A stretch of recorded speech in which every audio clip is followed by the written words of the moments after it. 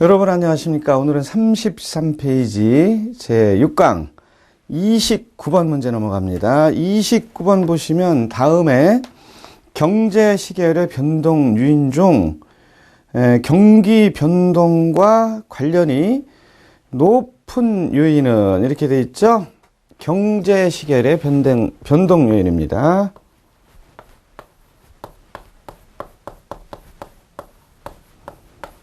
경제 시계열의 변동 요인, 경제 시계열의 변동 요인, 경제 시계열의 변동 요인. 그거는 계절 변동이죠. 계절 변동. 계절 변동. 계절 변동 관련 있고, 불규칙 변동입니다, 여러분. 불규칙 변동. 그 다음에 추세 변동. 추세 변동. 순환 변동. 그 다음에는 바로 순환 변동, 경기 변동입니다. 경기 변동.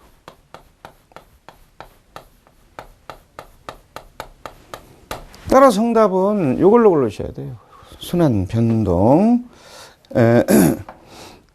경기 변동과 관련이 높은 거, 이것은 순환 변동이죠. 그래서 정답은 4번이었습니다. 순환 변동은 경제의 장기적 추세 과정에서 반복되게 돼요. 경기의 장기적 추세 과정. 경제의 장기적 추세 과정. 여기에서 반복해서 일어나는 거예요. 순환 변동은 경기 변동이기 때문에 반복해서 일어나는 시계열 파동입니다.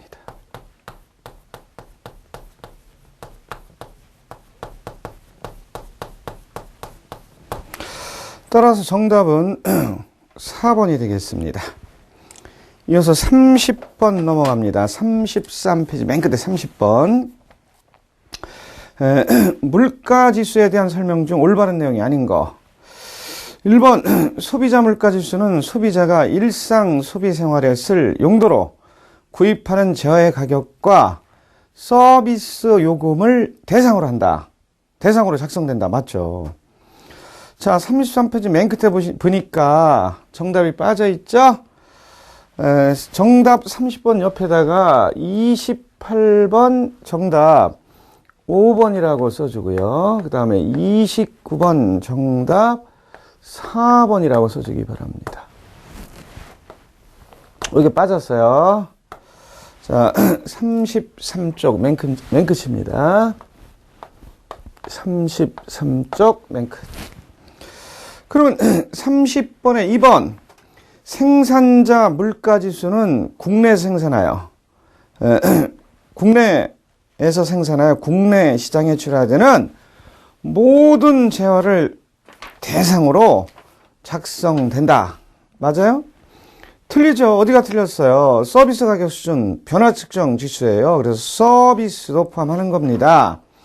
따라서 국내에서 출하되는 재화뿐만 아니라 서비스도 포함되는 거예요. 결국은 2번 틀렸습니다. 자, 34페이지 두 번째 줄 3번입니다. 수출입 물가지수는 수출입 상품의 가격 변동을 조사해 지수한 것이다. 맞죠? 4번 우리나라에서 근원 인플레이션율은 소비자 물가에서 곡물 외에 농산물과 석유류의 가격 변동분을 죄어 작성하고 있다. 맞죠? 5번 GDP 디플레이터는 재화와 서비스의 국내 거래 가격뿐만 아니라 수출입 가격의 변동까지도 포함한다. 맞죠?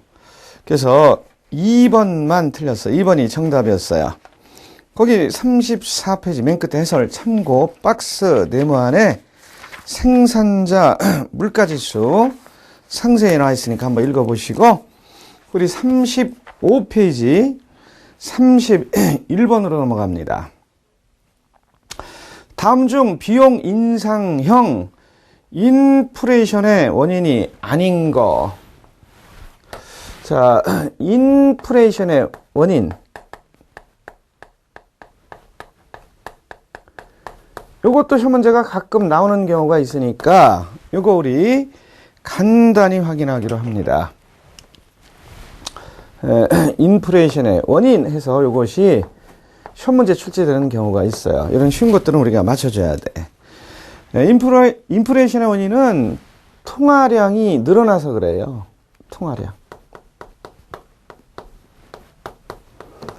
통화량이 늘어나니까 그렇죠. 통화량이 늘어나니까. 그 다음에 금리가 낮아지는 거죠. 금리가 낮아지니까 인플레이션의 원인이 되는 거죠. 그 다음에 세 번째는 정보 지출이 증가가 되는 겁니다. 정보 지출이 증가가 되는 거죠. 그 다음에 세율이 인하돼서 그래요. 세율이 인하돼서. 그런데 여기다가 세율 인상이다. 그럼 맞아 이러시는 분이 있다니까. 세율 인상은 인플레이션의 원인과 전혀 관계가 없습니다. 세율 인상은. 그 다음에 가계의 소득 증가예요. 가계의 소득 증가. 이런 것들이 인플레이션의 원인이 되는 것이죠.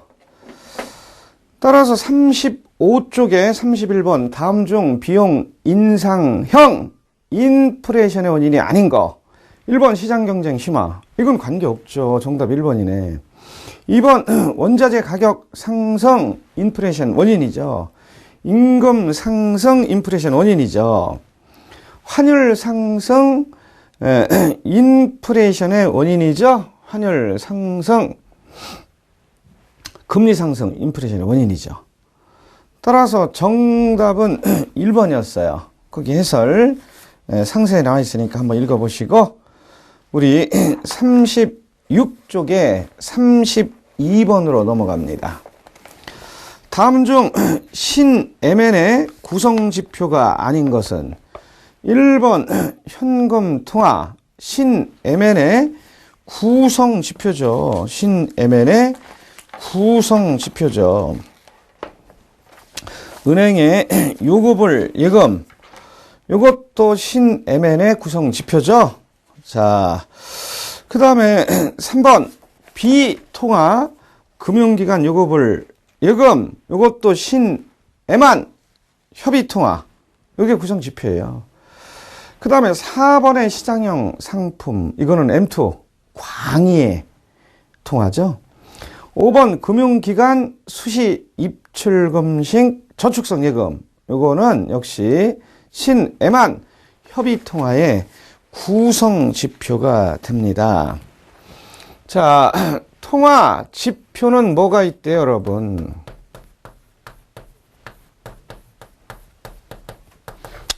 통화 지표는 뭐가 있대요, 여러분? 통화 지표.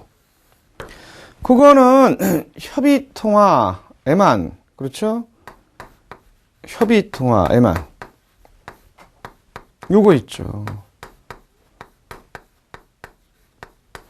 그 다음 뭐가 있어요, 여러분? 광의의 통화, M2 있죠? 광의의 통화.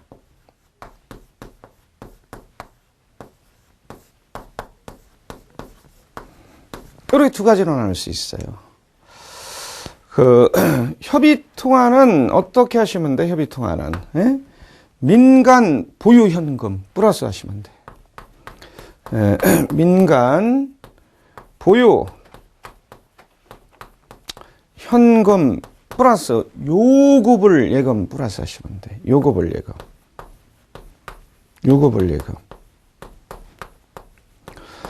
플러스 수시 입출금식 저축예금이에요. 수시 입출금식 저축예금. 수시 입출금식 저축예금. 이것이 협의통화입니다. 광의의 통화는요. 광의의 통화는 협의의 통화를 플러스 해주고 정기 예적금 및 부금입니다. 정기 예금 적금 및 부금 이거 플러스 해주시면 돼. 그 다음에 시장형 상품 플러스 하시면 돼. 시장형 상품 이거 플러스 하시면 돼. 그 다음에 실적 배당 상품 플러스 하시면 돼. 실적 배당 상품.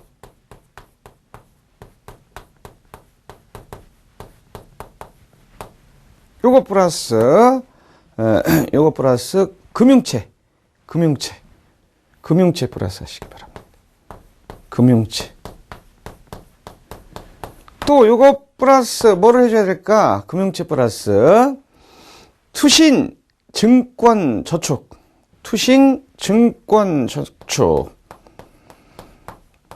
그리고 종금사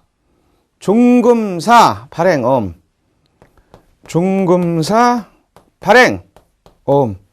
이거 플러스 하시면 돼. 그리고 2년 이상 장기 저축성 예금. 2년 이상 장기 저축성 예금. 이걸 플러스하면 광의의 M2가 됩니다. 그래서 우리 통화 지표 협의의 통화냐 광의 통화냐 우리 간단히 확인을 하셨어요. 자, 그러면 32번은 정답 4번이죠? 그래서 해설해 보시면 협의의 통화냐 광의 통화냐 나와 있어요. 36페이지 32번 정답 4번이고 거기 해설 참고해 보시면 협의 통화는 현금은 지폐와 동전, 그리고 예금 취급 기간의 당좌예금, 결제성 예금이죠. 보통 예금 중 요구불 예금과 저축예금, 시장 금리부 수시 입출금식 예금, 단기 금융펀드 얘기하는 거죠. 협의 통화는 유동성이 높은 편이에요. 그래서 결제성 단기 금융 상품으로 구성이 되어 있습니다. 광의 통화 M2는요. 정기예금, 정기적금, 부금, 거주자 외화 예금, 양도성 예금 증서, 환매 조건부 채표 표점, 시장형 금융 상품, 금전 신탁, 수익증권 그런 거 얘기하는 거죠. 실적 배당 금융 상품, 금융채, 발행엄, 신탁형 증권 저축 이런 거 포함하는 겁니다. 그래서 정답은 4번이었어요. 이어서 37페이지 33번으로 넘어갑니다. 자, 유동성 선호 이론에 대한 설명 중 틀린 것은 1번 이자율은 순수한 화폐적 현상이며 따라서 화폐 시장에서 결정된다. 맞죠? 2번 이자율은 일정 기간 동안 유동성을 포기한 대가로 보고 있다. 맞죠? 유동성을 포기한 거예요. 3번 소득이 증가하면 화폐 거래 수요가 증가한다. 맞죠? 4번 이자율이 상승하면 화폐의 투기 수요가 감소한다. 맞죠? 그 다음에 5번 화폐 교환 기능을 중시하고 있다. 틀렸죠? 유동성 선호 이론은 가치 저장 기능, 화폐의 가치 저장 기능, 그걸 중시하는 겁니다. 33번, 5번 교환 기능을 중시하고 있다. 틀렸어요. 그래서 정답 5번이었습니다. 거기 참고에 유동성 선호 이론 나와 있으니까 한번 보시고 이어서 34번 넘어갑니다. 다음에 금리의 기간 구조 이론에 대한 설명 중 틀린 것은 1번 기대 이론에 의하면 수익률 곡선의 형태는 미래의 단기 이자율에 대한 기대에 의하여 결정된다. 맞죠? 2번 시장 분할 이론에 의하면 채권 시장은 만기에 따라 분할되어 있으므로 만기가 다른 채권의 수익률은 각 채권에 대한 수요와 공급에 결정된다. 맞잖아요. 수요가 공급에서 결정되잖아요. 3번 특정 시장 손해에 하면 장기 채권 금리는 만기까지 예상된 평균 단기 이자율과 특정 기간에 대한 기간 프리미엄의 합으로 결정된다. 맞죠? 특정 시장 선호가 틀렸다 이렇게 보시는 분도 있는데 이거 장기 채권 금리가 아니라 장단기 채권 금리예요. 장단기. 그래서 3번 틀렸습니다. 4번 시장 분할이론은 만기가 다른 채권 간에 대체 관계가 없다고 가정하고 있다. 맞죠? 5번 유동성 프리미엄 이론에 의하면 장기 채권은 단기 채권에 비해 위험이 크며 맞잖아요. 현금화될 수 있는 유동성도 작은 것이 일반적이므로 유동성에 대한 프리미엄을 요구하게 되어 단기 금리보다 장기 금리가 높다. 맞죠?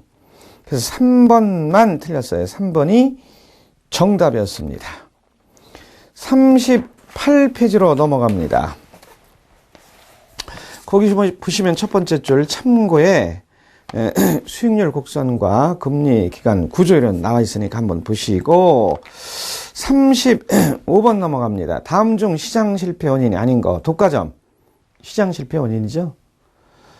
2번 시장의 불안전성. 시장 실패의 원인이죠. 3번 완전 경쟁. 완전 경쟁은 시장 실패 원인이 아니에요. 오히려 시장 기능을 향상하는 겁니다. 완전 경쟁은 오히려 시장 기능을 향상시키는 거예요.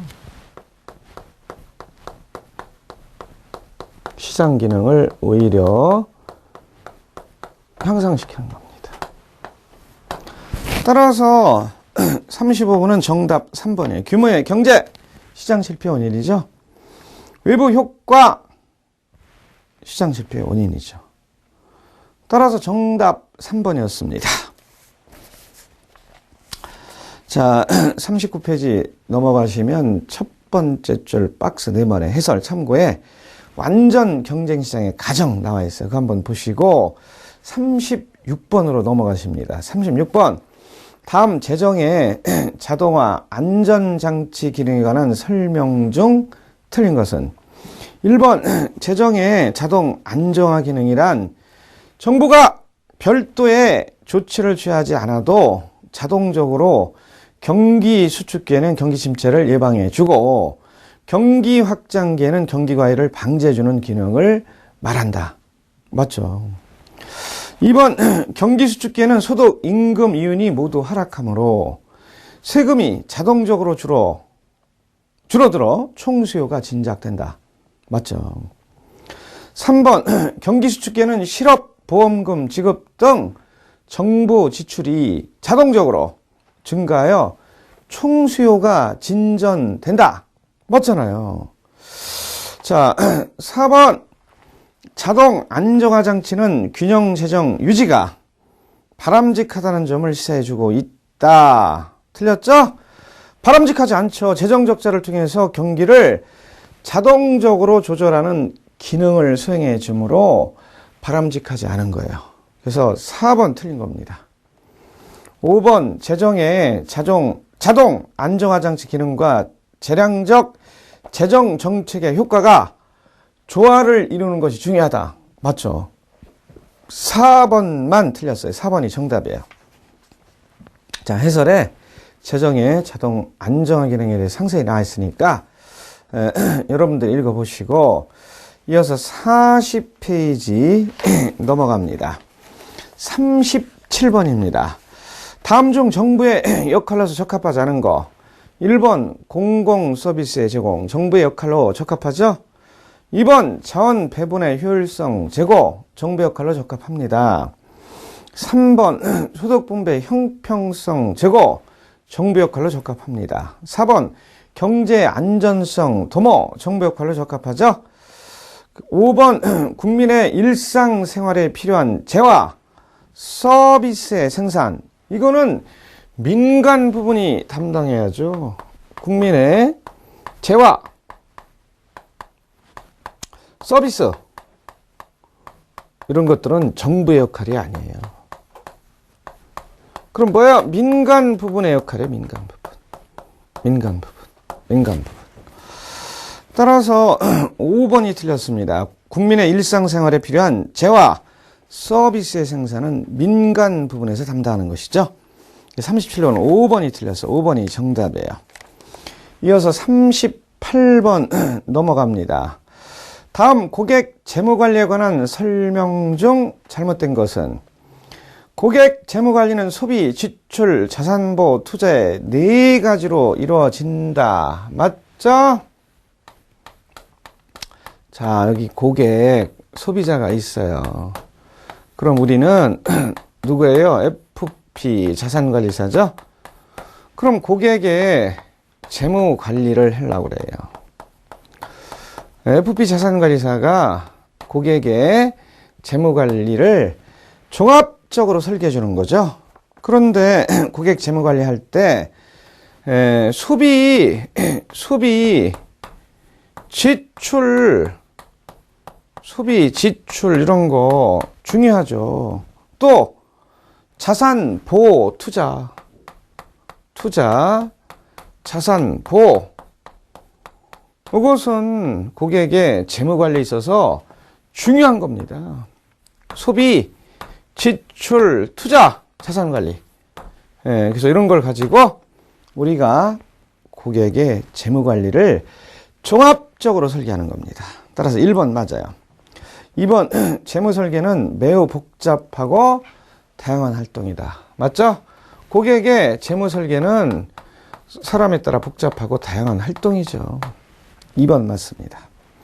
3번 개인과 가족 전체에 대한 종합적인 자산관리다. 맞죠? 종합적인 자산관리예요. 종합적인 자산관리.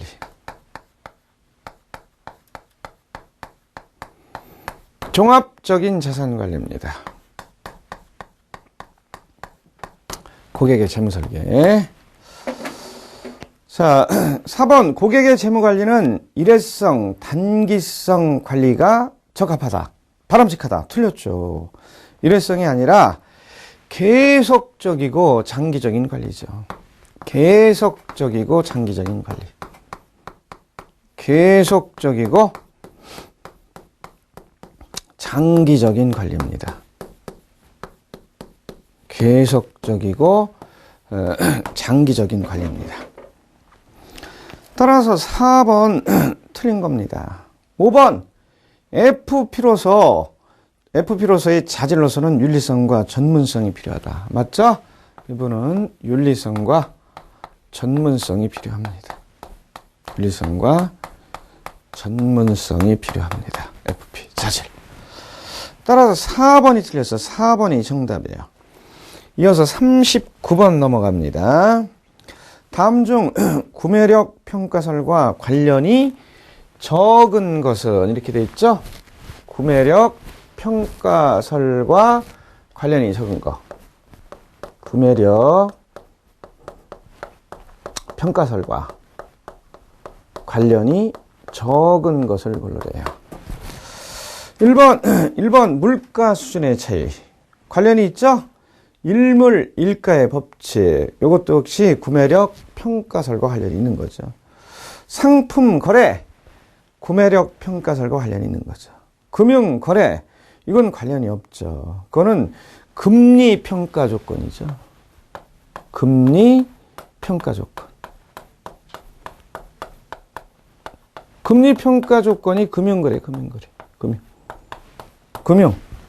금융 전제론입니다. 금융 전제론. 그러나 구매력 평가설은요. 상품 거래 전제이론이죠. 상품 거래 전제이론. 상품 거래 전제이론.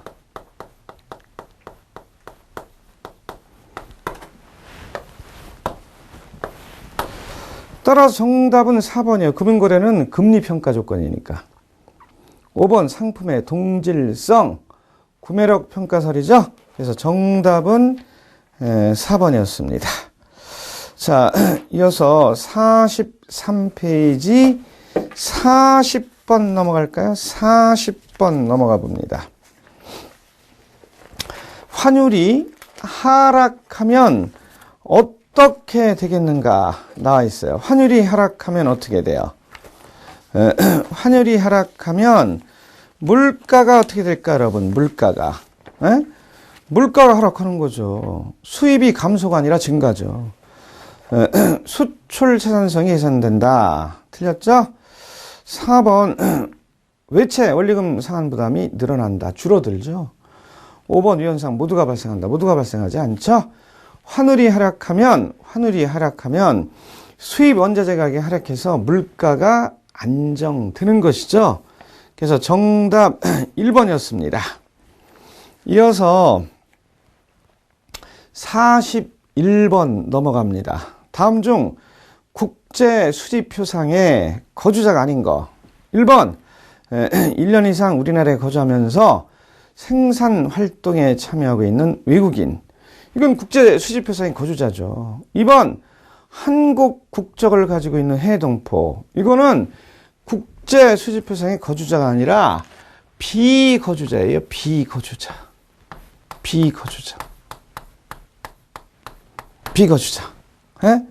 한국 국적을 가지고 있는 해외 동포.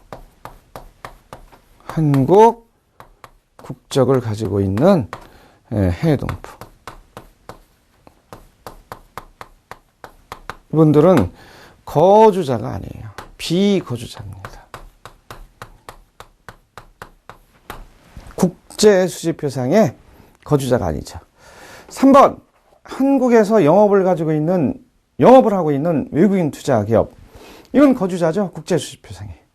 4번 주미 한국 대사관 거주자입니다. 5번 외국에 주둔하고 있는 한국군 거주자죠. 그래서 한국적을 가지고 있는 해외거표는 비거주자로 분류가 됩니다. 비거주자로. 정답 2번이었습니다. 자, 우리 나머지는 다음 시간에 하기로 하고 제 6강습은 마치기로 하겠습니다. 수고하셨습니다.